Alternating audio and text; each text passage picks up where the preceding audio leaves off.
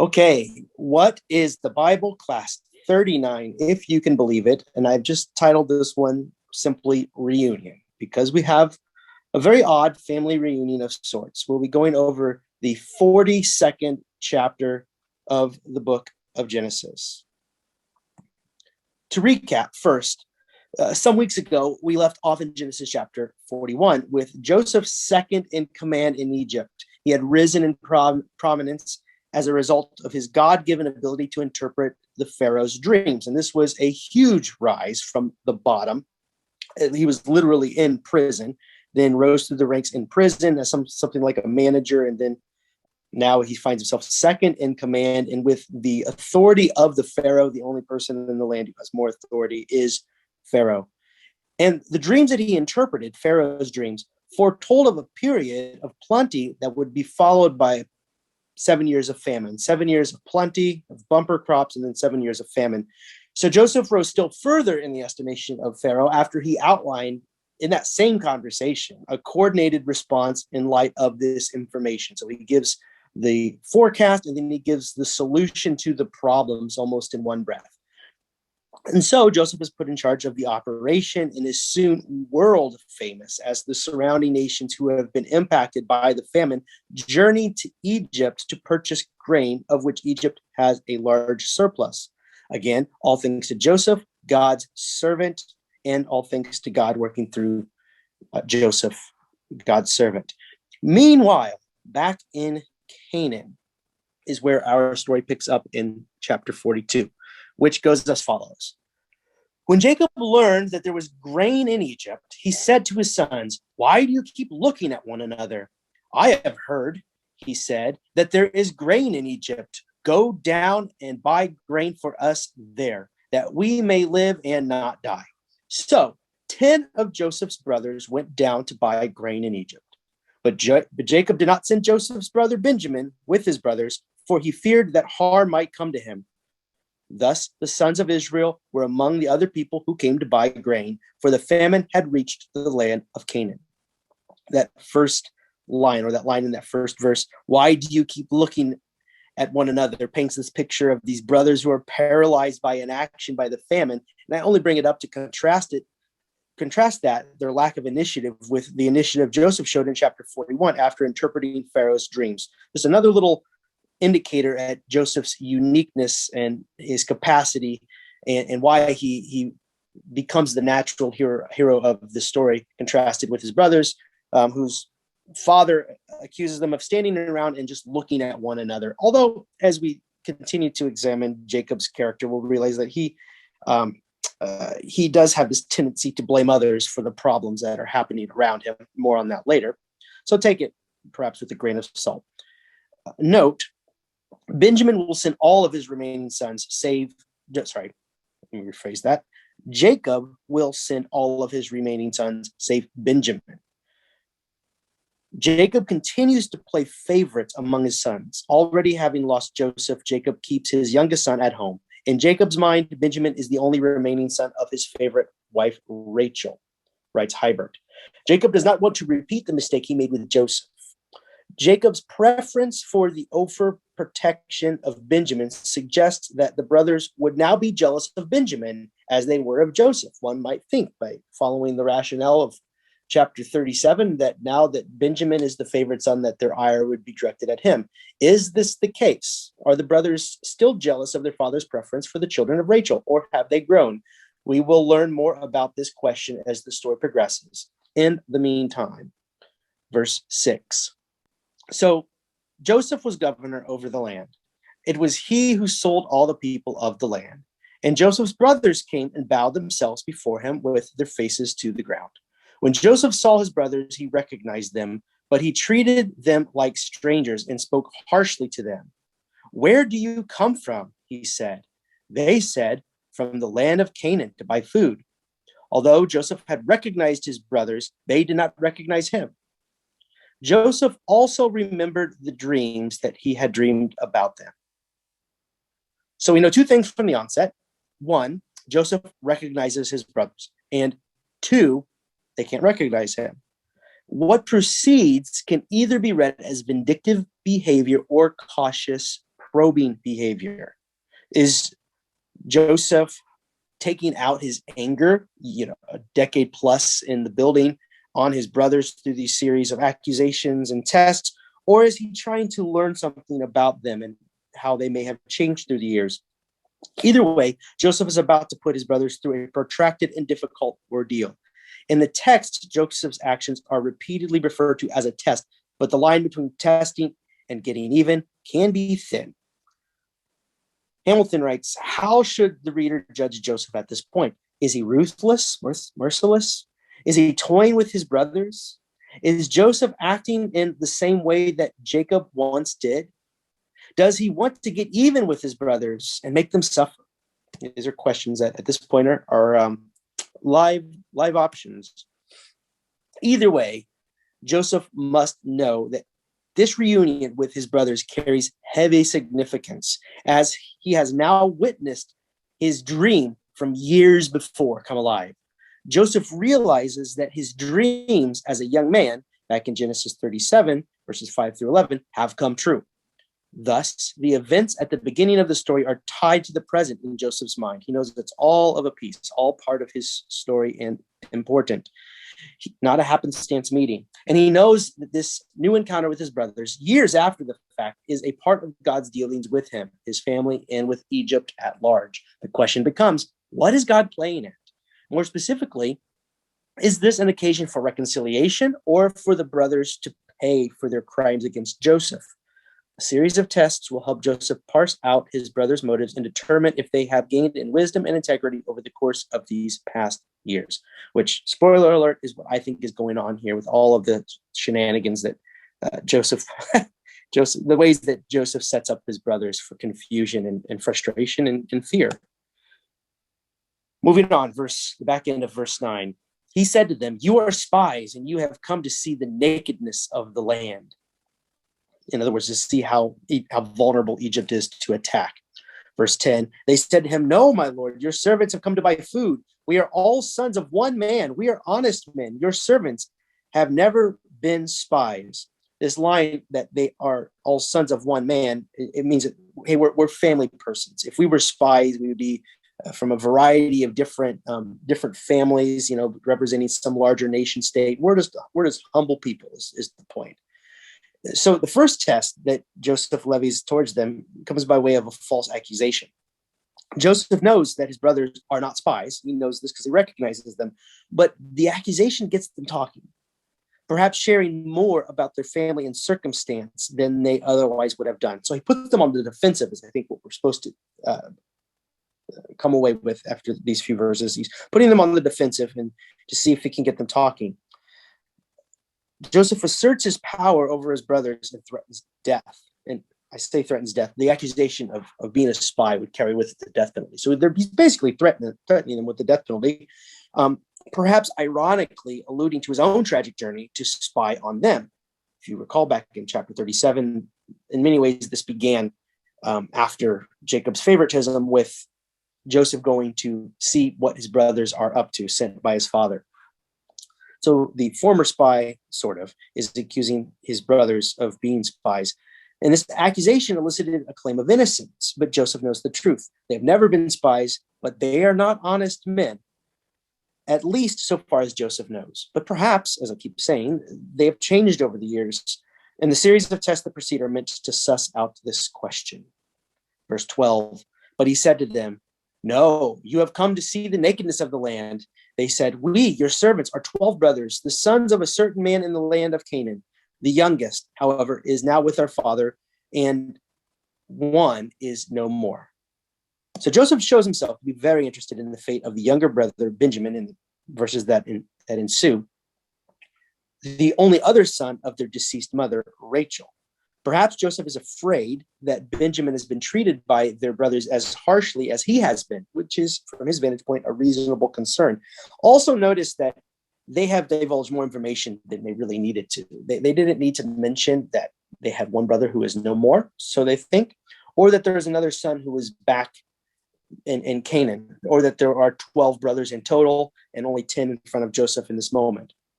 Handel writes, The second exchange of accusation and defense elicits the brothers' self-identification as 12 brothers, which requires an explanation of the two missing brothers. Joseph uses their first piece of information about Benjamin for his test in order to see if the brothers have repented of the second, the fate of the other brother. One is no more. The truth of this statement is both less and more than the brothers know, since they know that they are culpable, a guilt which will haunt them in verses 21 and 22, and since Joseph is in fact standing before them. The very fact that they are at least this truthful will bode well for them. But first, Joseph will ratchet up the pressure. Verse 14. But Joseph said to them, "It is just as I have said to you, you are spies. Here is how you shall be tested. As Pharaoh lives, you shall not leave this place unless your youngest brother comes here. Let one of you go and bring your brother, while the rest of you remain in prison, in order that your words may be tested, whether there is truth in you, or else, as Pharaoh lives, surely you are spies." Joseph's third repetition of the accusation includes a test, whether there is truth in you. The truth Joseph is seeking requires the brothers to go get Benjamin. They think this is to test whether they have lied about having a brother, thus proving that perhaps they're not spies. But Joseph plans to test whether they will abandon their brother once he is in Egypt. This is a deeper test of the truth in them. When they return, will they return, or will they abandon? Will they return, or will they abandon Benjamin to get out of Dodge? Or will they treat Benjamin as they had treated Joseph? Now, these are probably questions that are in Joseph's mind. Or will the one that goes back abandon all the brothers? These are character tests to see if the brothers have learned to care for one another as they ought. Verse 17, and he put them all together, which in the Hebrew is rendered that word altogether, Ye-Oseph, which is a wordplay on Joseph, which I think is a lot of fun. Joseph was thrown in prison. Now Joseph has thrown Ye-Oseph, all of them together in prison. It's just a fun linguistic thing to note that we miss in the English. On the third day, Joseph said to them, "Do this and you will live, for I fear God. If you are honest men, let one of your brothers stay here where you are in prison. The rest of you shall go and carry grain for the famine of your households, and bring your youngest brother to me. Thus your word shall be verified, and you shall not die." And they agreed to do so. So Joseph tweaks it a bit after they've all 10 sat in prison for 3 days and sweated it out a bit. Joseph shows a measure of mercy by retaining only one brother in prison instead of all but one, but forces the brothers to return home, having abandoned yet another brother. Again, the question in Joseph's mind may be, will they leave this brother to rot in prison as they left me? Perhaps Joseph wants to discover still more about how the family dynamics may well have changed. Remember, it was Jacob's preference for Joseph over his other brothers that sparked the jealousy that led to their evil acts against Joseph. It is possible that Joseph is now putting even his father to the test and requesting that Benjamin be sent. Will Jacob sell out one or more of his children not born to Rachel and continue to show favoritism to her children? Or will Joseph discover that Jacob has learned his lesson and send Benjamin to save the life or lives of his other children, thus indicating that he no longer plays favorites? This test may well reveal as much about Jacob as anyone else in the story. Verse 21. By the way, as an aside, these pictures off to my right, probably on the same on your screen. It would have to be, otherwise everything would be backwards. But there's a fun series of Lego illustrations for just about every Bible story that I could use for every single picture if I wanted to, and I don't. But sometimes I find it fun to include them. That's neither here nor there. Verse 21. They said to one another, "Alas, we are paying the penalty for what we did to our brother. We saw his anguish when he pleaded with us, but we would not listen. This is why this anguish has come upon us." Then Reuben answered them, "Did I not tell you not to wrong the boy? But you would not listen. So now there comes a reckoning for his blood." They did not know that Joseph understood them, since he spoke with them through an interpreter. He turned away from them and wept. Then he returned and spoke to them, and he picked out Simeon and had him bound before their eyes.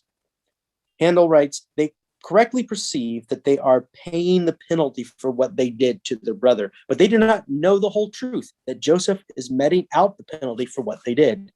Moreover, they do not know that Joseph understands them when they speak among themselves. An interpreter was used earlier, adding another level of contrasting knowledge between Joseph and his brothers. Since he understands their speech, he now understands their confession of guilt.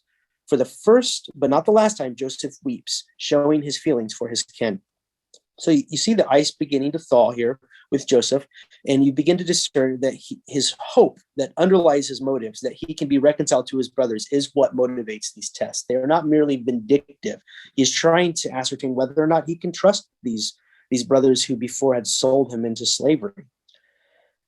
Joseph's tears are evidence that he is not merely being vindictive, but trying to discern whether or not, well, I just said that. The brothers have just cleared the first hurdle in admitting guilt for what they had done to Joseph years ago. Their regret is evidenced by their acknowledgement that the tests Joseph is subjecting them to are no more than what they deserve in light of their previous acts against Joseph. Nonetheless, the testing persists. Joseph chooses Simeon to remain behind, perhaps because of Reuben's "I told you so" speech that just occurred, during which Reuben revealed himself to have been consistent in condemning the ill treatment of Joseph from the very beginning. Reuben was the eldest. Simeon was the next eldest. Perhaps Reuben was spared because of him being consistent in his condemnation of the actions of the brothers from the get-go. Verse 25. Joseph then gave orders to fill their bags with grain, to return every man's money to his sack, and to give them provisions for their journey. This was done for them. They loaded their donkeys with their grain and departed. When one of them opened his sack to give his donkey fodder for the lodging place, he saw his money at the top of the sack. He said to his brothers, "My money has been put back. Here it is in my sack." And at this they lost heart and turned trembling to one another, saying, "What is this that God has done to us?" As they were emptying their sacks, there in each one's sack was his bag of money. When they and their father saw their bundles of money, they were dismayed. Joseph's order to return every man's money to his sack raises the stakes of the test, since when the brothers return to Egypt, they may be accused of theft. Now they fear that they must mount a defense against an accusation of thievery in addition to spying. They lose heart and wonder why God has allowed such a thing to befall them. The discovery of the returned money also intensifies the memory of the brothers selling Joseph for silver. So more irony, layers of irony in the story. They sold Joseph for silver, and now they're having silver returned back to them as they depart from Egypt. Perhaps Joseph is trying to determine if these are still the kinds of men who would sell a sibling for silver as they had sold him back in chapter 37. Will they leave Simeon behind, cut their losses, and make out with grain and money in hand? Or will they return, tell the truth, and deal honestly with Joseph? Verse 36, and their father Jacob said to them, "I am the one you have bereaved of children. Joseph is no more, and Simeon is no more, and now you would take Benjamin. All this has happened to me." Then Reuben said to his father, "You may kill my two sons if I do not bring him back to you. Put him in my hands, and I will bring him back to you." But he said, "My son shall not go down with you, for his brother is dead, and he alone is left. If harm should come to him on the journey that you are to make, you would bring down my gray hairs with sorrow to Sheol." That line just grabbed me as I read it. "My son shall not go down with you, for his brother is dead, and he alone is left," says Jacob to his eldest son. The next eldest, who is Simeon, who is in prison. It's just, he's so focused on these two boys of Rachel as his preferred sons, and it's just leading to all sorts of problems. So I guess to summarize, Jacob's response is not great, to put it mildly. He continues to prefer the child or children of Rachel over the others. Jacob's response is to emphasize their guilt of his children, assume the worst, and indulge in self-pity.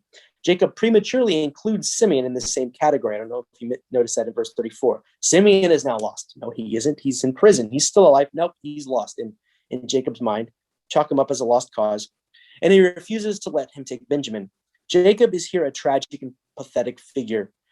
Reuben's response to pledge his own sons as a guarantee for his protection of Benjamin is heroic and confirms his righteous role in the eversion. Remember, there are two versions playing along here. I perhaps should have mentioned this earlier, but the E story stops here until Joseph's self-revelation in chapter 45. What comes next in chapter 43 is the Yahwist version, the J version.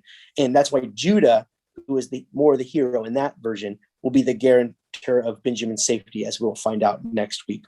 But for here, as consistent with the Elohist material, Reuben is showing himself to be a man of honor and righteousness, as he says, hey, if you're worried about Benjamin, I offer my own sons as collateral, which I guess makes me squirm not a little bit as well, but it's the world of this text that we're grappling with.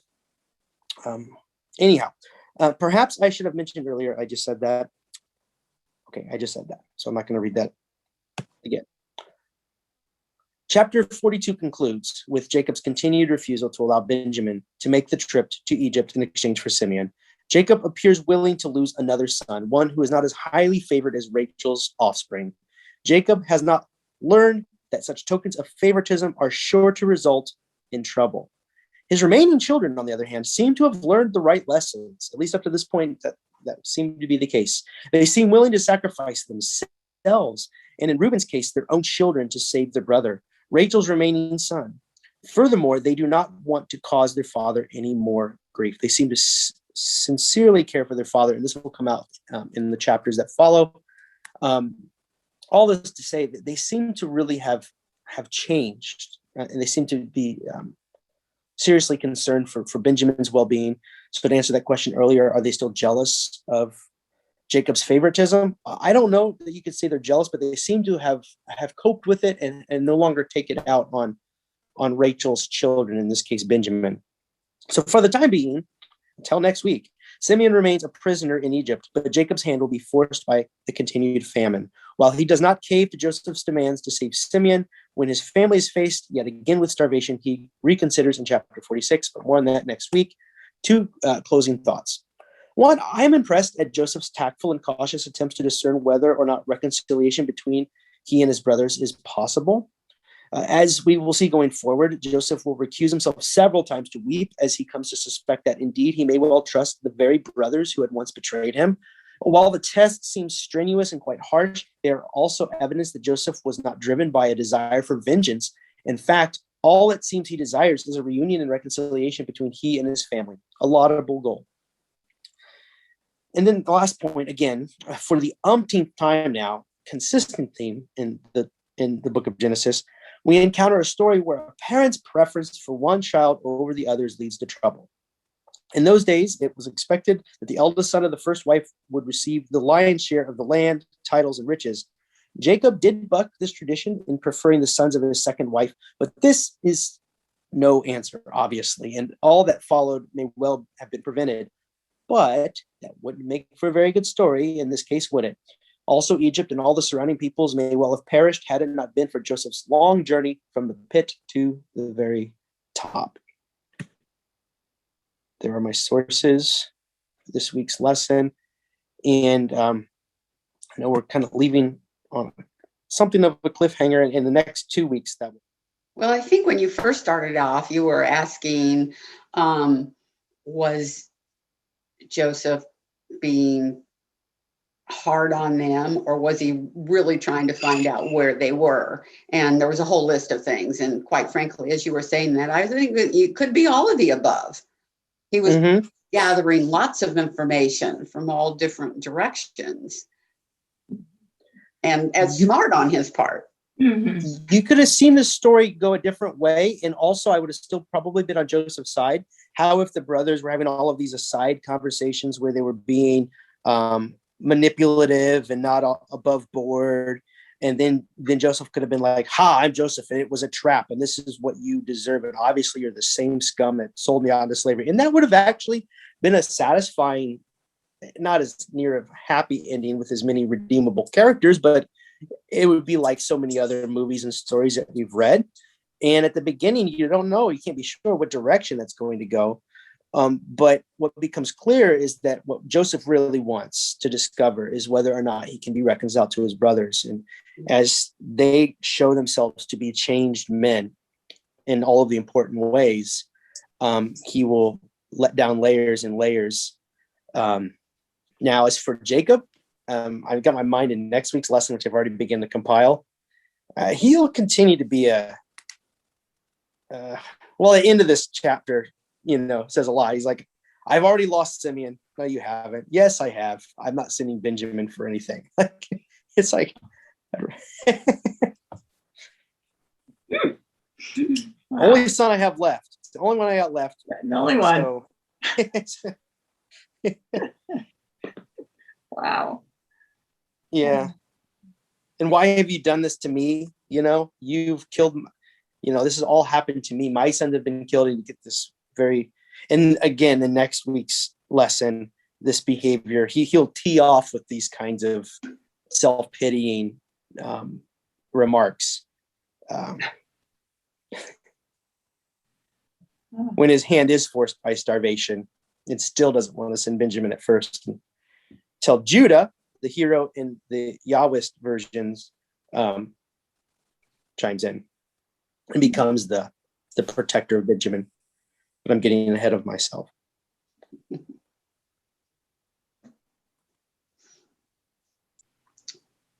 Well, in just dovetailing what you said, Connie, it's hard to say, what if Joseph had discovered something different. He had the power to do all kinds of things. If they had not been changed men, and so would have been a test of his character. Not that anything else played out, but he could have just sent them away with no grain. He could have done worse things because they were guilty of a terrible crime to him personally. But the mind kind of reels with the possibilities, but it didn't turn out that way. So we don't really need to speculate, but just really opens up the imagination to speculation.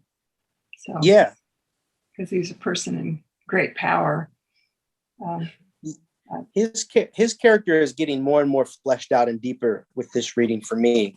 All of these tests, I never quite realized how actually smart they were, and how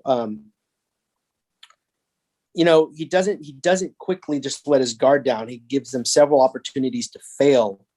In the coming chapters, where Benjamin is brought to them, and then becomes himself the next stage in the test, and what the brothers do. The brothers who were so jealous. I mean, giving a lot of way here for future lessons, but the brothers who were so jealous of the eldest son of the second wife, Rachel, who threw him into a pit and sold him. Well, those same brothers take the next son and cut their losses in Egypt for their own self-preservation, and make up another story to their father, who seems resigned to the fact that he has to put Benjamin at risk. And what happened, we'll get to. I mean, long story short, they don't do that. But it's not just that they don't do that. A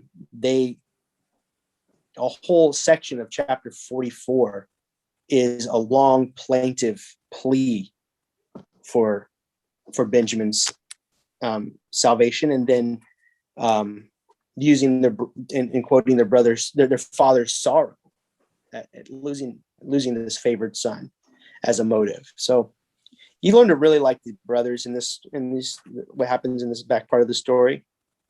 And I'm not sure why Jacob is getting cast in such an unfavorable light. I don't know what good is it. I'd like to see him come along too.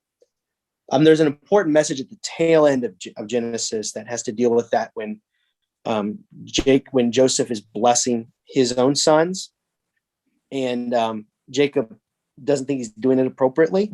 I'm not going to get ahead of that, but it's another one of those moments where Jacob's preference for the eldest kicks in, which is ironic, right? Because he already bucked the system once. He was the youngest son himself. I don't know why.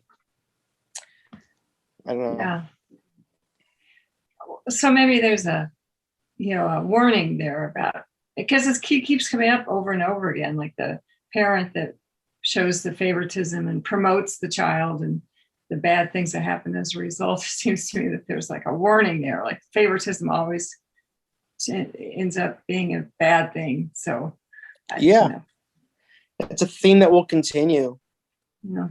It's almost as if one of the dominant messages of the Hebrew Bible is don't prefer any one person over another and treat everyone equitably. I don't know. Maybe that's I don't know. Total novice here. Yeah. No, that is a dominant theme. I listened to a podcast that's pretty new, put on by these two historians called Now and Then. This was probably their third episode this week, maybe the fourth the most. Joanne Newman and Heather Cox Richardson. And they look at the past as a way to find meaning for today. I mean, they don't like analyze today. They're just looking at things from the past that might help us make meanings about what's going on today. And they're really smart and they really know their stuff. But one thing that was interesting that came up, Joanne Newman talked about taking this course on the Bible in college. And they started at the beginning and they read the whole thing through. And they started with the Hebrew Bible, of course. And she said they talked about like what things might have historically happened and what didn't. And being Jewish, she said, I was crestfallen because I found out so many of these things really didn't happen. Of course, she had taken them at face value when she was growing up and never considered that maybe they were not really real. And she got so downhearted about it. She went to talk to the rabbi on campus and she said, well, what am I left with? And he's told her, your faith, you're left with your faith. And I thought that was a really interesting, she said it really, she'd never thought of it that way. And it made her feel so much better and enlivened all the things that she knew and had learned and grew up with, all the traditions she had grown up with. It was her faith. So, yeah, it's easier for pastors to make those points about parables that Jesus tells. Do the parables have to have literally happened for them to have the impact in the wisdom? And it's obviously no, because how it's packaged. And these old stories from the Hebrew Bible in the modern times, meaning like from like the late 1800s into modern times, there's been such an effort to shoehorn them into the historical narrative as history.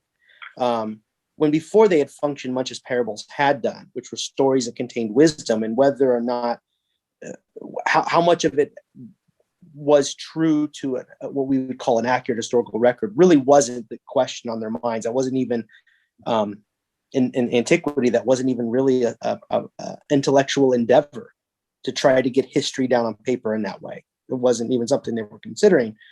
But if you've been trained to see these stories through the modern frame, it can be disorienting to ask the question, is this history or is there something else that we're supposed to get from it? And I'm sorry that those two things have been put in tension because they don't need to be. Yeah. Well, probably that was like the point of this course, and it just totally blew her world up. And she ended up, her intention going to college, I don't know what point she decided to be an historian, but she had that predilection anyway, but she had never applied it to her Jewish faith, in any shape or form. Mm-hmm. And she said, when I got to the New Testament, the Christians were all like, well, what about this? And what about that? So it was a very disorienting course, apparently. So I bet it was a challenge. I as a pastor, I often find myself challenged when I have a person who I remember one time a young fella came into my office to sell me material for Sunday school that I thought was, I'll just say, I won't give away specifics, but I just thought it's not where I'm coming from. Let's just put it that way. And I liked the guy and I wanted to, but as I explained the more nuance that I bring to these texts, he began to get very alarmed. And I found myself trying to maintain this initial bond that we built as we both saw ourselves as Christians. And then he was beginning to wonder about me as we continued to talk. And And a course like that, you can see that being a very challenging, as people's previous understandings and embedded theologies and assumptions about what the Bible is are brought into this place and then get shooken up, the people who have insisted on putting the Bible in such a confined box are the one that's what frustrates me the most. Often well-intentioned, sincere people who are just trying their best to be faithful, but it has made the Bible inaccessible to large numbers of people who just cannot approach it through a fundamentalist lens.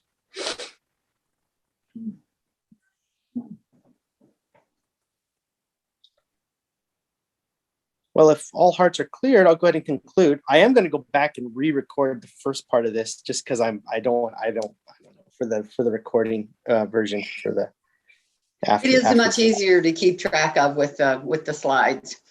Yeah, and I know exactly where it was, where it all fell off. So I'm thank you for chiming in, though. Yeah. Again, I'm glad you did that. We chatted with each other. Are there slides? Does anyone see them? I don't see any slides either. I don't see any. That was a trick. We were chatting with each other. So that was before I raised my hand. Good.